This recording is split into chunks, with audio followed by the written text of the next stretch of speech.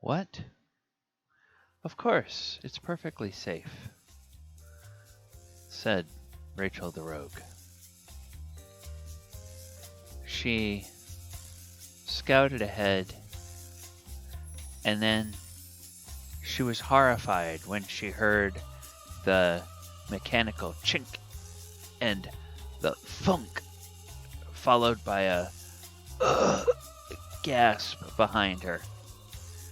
She turned and saw Wally the wizard impaled on several iron spikes that had jutted from the wall and were through his body. No, no, no, no, no, no, no, no, no, no, no, no, no, no, no, no, no, no, no, said Rachel. Wally groaned and coughed up blood and then turned his head weakly to Rachel and said, "Don't worry, I have my clone." And he died. Hey, everybody, welcome to Arcane Wednesday for September 16th, 2020. I'm your host, DM Gallibond, and tonight we are going to be looking at the 8th level wizard spell, Clone. And we are going to start by going all the way back to the beginning of D&D, and we are going to look at the origins of this spell to begin with, because this one, it's really interesting to look at its evolution through the ages. The clone spell dates all the way back to original D&D, and it originally had a range of 10 feet, and it grows a duplicate creature from a piece of the original creature. Now, this is a long spell description, but it's kind of interesting here. The clone is the exact duplicate of another living creature grown from a piece of the original through the use of this spell. And the piece need not be alive at the time the spell is cast. And a human or demi-human clone is very rare and can be dangerous. A clone of any other living creature is more common and is called a simulacrum. Now, those of you who are familiar with 5e will realize simulacrum is a completely different spell in 5e. But simulacrum was part of the spell, and it had to do with the difference of what you were cloning. So you have to clone, to create a clone, a human or demi-human clone. This spell must be cast on 1 pound of the person's flesh. So you have to take 1 pound of the first person's flesh in order to create a clone. Which this implies, well, they almost have to be dead for you to take a pound of their flesh, unless you had some way of doing some sort of anesthesia, so you could cut a pound of flesh out of them to use for the clone spell. And the spell requires the caster to use up other materials costing 5,000 gold pieces per hit die of the original. So what that means is if it's a 25th level character that you are cloning, it's 5,000 times 25. So what is that? That's 125,000 gold that you would have to spend in materials. And the clone awakens only when fully grown, and this takes 1 week per hit die.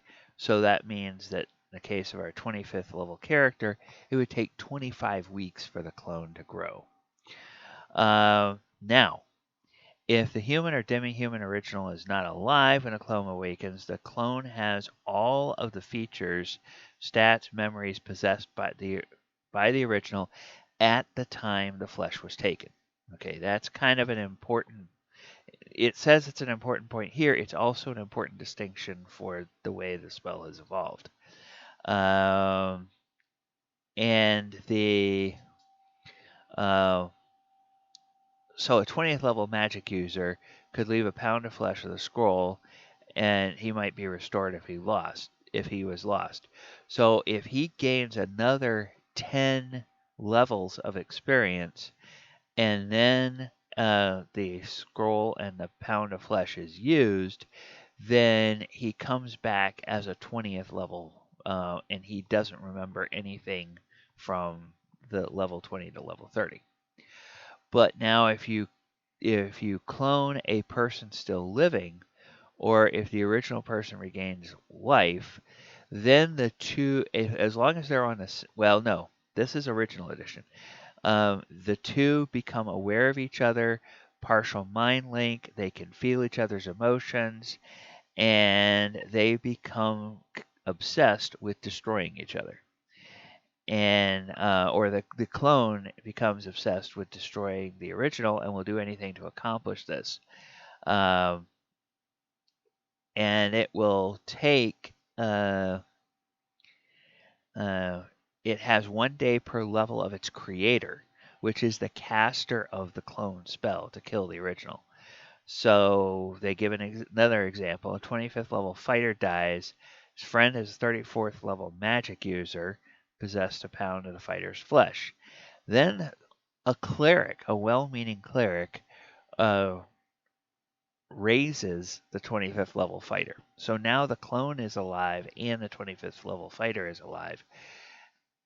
From the time the clone becomes aware of the fighter, it has 34 days because the caster of the spell was a 34th level magic user. Follow? Um, Now you can begin to see, okay, this was a super complicated spell back in its day. Clone succeeds in killing the original, it can continue with its life normally, but if it fails and does not immediately die, it becomes insane. And when a clone goes insane, the original creature permanently loses 1 point of intelligence and 1 of wisdom. The original may also become insane, 5% chance per day. And if this occurs, the victim and the clone die 1 week later. Both forever dead and are unrecoverable even by a wish spell. So, clone had some serious side effects and some serious potential drawbacks. The original and the clone are kept on different planes of existence. No mind link occurs, no ill effects occur, and the two remain unaware of each other and can live out their lives blissfully ignorant of each other. So now clones of any other living creature, not human or demi-human, is called a simulacrum. And that requires 1% of the original flesh of the creature. And the cost of other materials is 500 gold pieces per hit point of the original. So if it had 10 hit points, it's 5,000 gold. The time required to grow a simulacrum is 1 week per hit die of the original. And the simulacrum always obeys its creator, the spellcaster, understands all the languages spoken by the caster, and within a range of 10 feet per level of the caster, it can receive mental commands if the creator concentrates on sending them. And simulacrum is an enchanted monster. Now, a clone is not magical. Once the clone is completed, it's not magical and cannot be dispelled. But a simulacrum is enchanted, and it can be blocked by protection from evil, and is magical. Dispel magic can cause it to vanish without a trace. Alignment is the same as a spellcaster, regardless of the original creature's alignment. Armor class, movement rate, morale, number of attacks are the same as the original. Simulacrum has only 50% of the original's hit dice, hit points, and damage per attack. And the DM rolls D100 for each special ability. It's present if the result is 1 through 50. However, it takes time to gain spells or spell-like abilities of the original. If the original creature is alive, the simulacrum does not grow beyond this point. The original creature dies or is already dead. The simulacrum continues to increase in abilities, gaining additional 5% weak to a maximum of 90% of the original stats. When complete, the DM rolls again to see which special abilities previously missing are gained, including its spells and spell-like abilities, using a 90% chance for each, so all may be present. Wow. Wow. Now that's a really complicated spell from back in the day. So let's see how that spell has changed.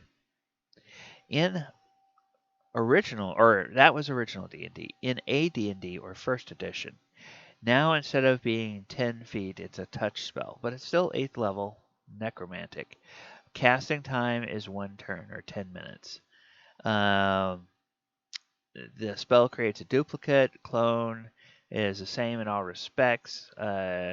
Complete the level of experience memories. However, the duplicate is a person, so the original and a duplicate exist at the same time. Each knows of the other's existence, and the original person and clone will each desire to do away with the other. For such an alter ego is unbearable. If one cannot destroy the other, there's a 95% chance that one of them will go insane, and it's 75% likely that that one will be the clone and destroy itself. There's a 5% chance that both will become insane and will commit suicide. The probabilities will occur within 1 week of the dual existence.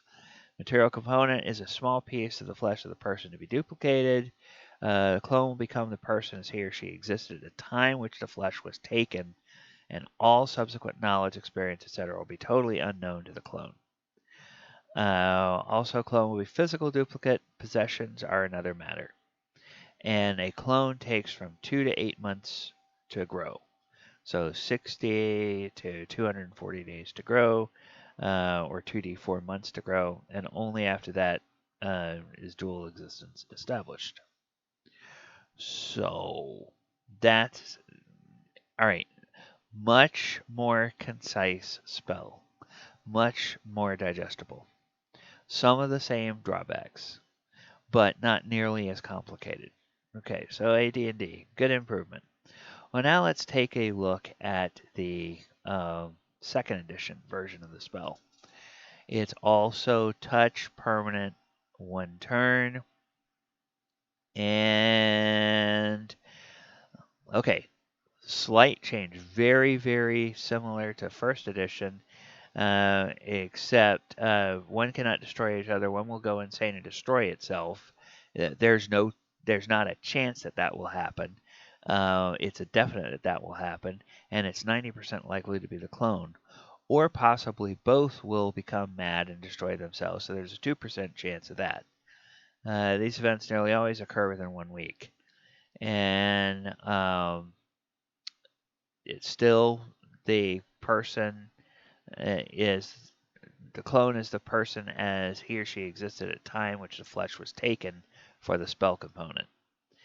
And material component, a small piece of flesh from the person to be duplicated, and then the DM at their leisure can, have other stipulations about the spell. Now in third edition, still necromancy. Now it's a spell that's available for sorcerers or wizards of the 8th level, and casting time is 10 minutes. Makes an inert duplicate of the creature. Now, here's an interesting shift in the language. If the original individual has been slain, its soul immediately transfers to the clone, creating a replacement provided a soul is free and willing to return. The original's physical remains, should they still exist, become inert and cannot thereafter be restored to life. So now in third edition, they've completely done away with this possibility that you could have this clone created and grown and have the original brought back to life, because once the clone becomes alive, it's not possible any longer to raise the original. Da, da, da, da. If the original creature's reached the end of its natural lifespan, has died of natural causes, any cloning attempt fails. Okay. To create the duplicate, you must have a piece of flesh, not hair, nails, scales, or the like, with a volume at least 1 cubic inch that was taken from the original creature's living body. Piece of flesh need not be fresh, but it must be kept from rotting. For instance, by casting general rose on it. And once the spell is cast, the duplicate must be grown in a laboratory for 2d4 months. So when a clone is completed, the original soul enters it immediately, if that creature is already dead. The clone is physically identical with the original and possesses the same personality and memories as the original. In other respects, treat the clone as if it were the original character raised from the dead, including the loss of 1 level or 2 points of constitution, if the original was a first level character. If the constitution adjustment would give the clone a constitution score of 0, the spell fails. The original creature has lost levels since the flesh sample was taken and died at a lower level than the clone would otherwise be. The clone is 1 level below the level at which the original died. Spell duplicates only original mind and body, not its equipment. Duplicate can be grown while the original still lives or when the original soul is unavailable, but the resulting body is merely a soulless bit of inert flesh which rots if not preserved. And material component, the piece of flesh and various laboratory supplies cost 1,000 gold. So now it becomes much cheaper than it was before. And in focus, the special laboratory equipment cost 500 gold. All right, well now, 4th edition doesn't have the clone spell, or at least the source books I have for 4th edition don't have the clone spell, which would probably be a ritual in 4th edition, the way they do things. So let's take a look at what it looks like now. It's still an 8th level spell. It's available only for wizards. And now instead of 10 minutes, the casting time is 1 hour.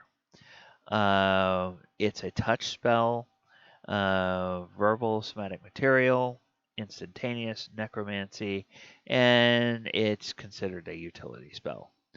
And just like 3rd edition, it grows an inert duplicate of a living medium creature as a safeguard against death. The clone forms inside a sealed vessel and grows to full size and maturity after 120 days. You can also choose to have the clone be a younger version of the same creature. Remains inert and endures indefinitely as long as the vessel remains undisturbed. At any time after the clone matures, the original creature dies, the soul transfers to the clone, provided the soul is free and willing to return. Clone is physically identical to the original, has the same personality, memories, and abilities, but none of the original's equipment. The original creature's physical remains, if they still exist, become inert and cannot thereafter be restored to life. So now the material component here is a diamond worth at least 1,000 gold and at least 1 cubic inch of flesh of the creature that is to be cloned, which the spell consumes, and a vessel worth at least 2,000 gold that has a sealable lid and is large enough to hold a medium creature. So then, there's large urns, coffins, mud-filled cyst, or crystal container filled with salt water.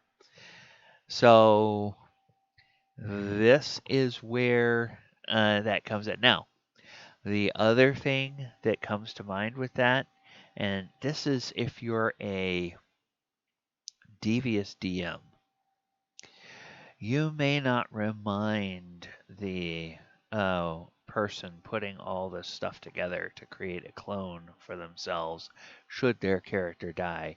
You may just conveniently to forget to remind them, since the spell language doesn't say it specifically, that, oh yeah, since that container is sealed, there's got to be a way to open it from the inside.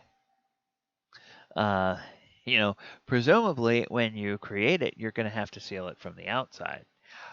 But there has to be a way to open it from the inside, because just imagine your player getting all smug when their character dies and they transfer into this sealed crystal container that is full of salt water, and their clone is in there, and they are all preserved, and oh, they realize they're there. Okay, well, I'm holding my breath. I've got to get out of this. I've got to get out of this. I've got to get. Wait a minute. I can't get out of this. I can't get out of this. Okay, start making constitution rolls. See how long you can hold your breath. Oh, you failed your rolls. Sorry, you died again. That would be something that a devious DM would do to their player. All right. Well, this has been Arcane Wednesday. I have been DM Gallibond. This has been our discussion of the clone spell. Yes, this was a little bit long, but this was kind of an interesting look. And one of the things that I think personally I like the way the spell has landed now in the current edition, but I think it's a little bit too cheap. I think maybe going back and mining some of the costs of the materials from the earlier editions might be a good way to sort of balance out the fact that they've thrown in some of those fail safes to, eh, really all that nonsense about, the clone and the original are aware of each other and they have, they're bent on destroying each other. Okay, that's a lot of. Whew. Yes, it's a way of preventing having multiples of the same character running around. I understand, and that's logical, but I think this is a much more elegant solution. The soul is in one, so the other is inert. If the soul ever transfers to the other, the first becomes inert. Easy peasy. You can't, you cannot have both of them alive at the same time. So, and then of course,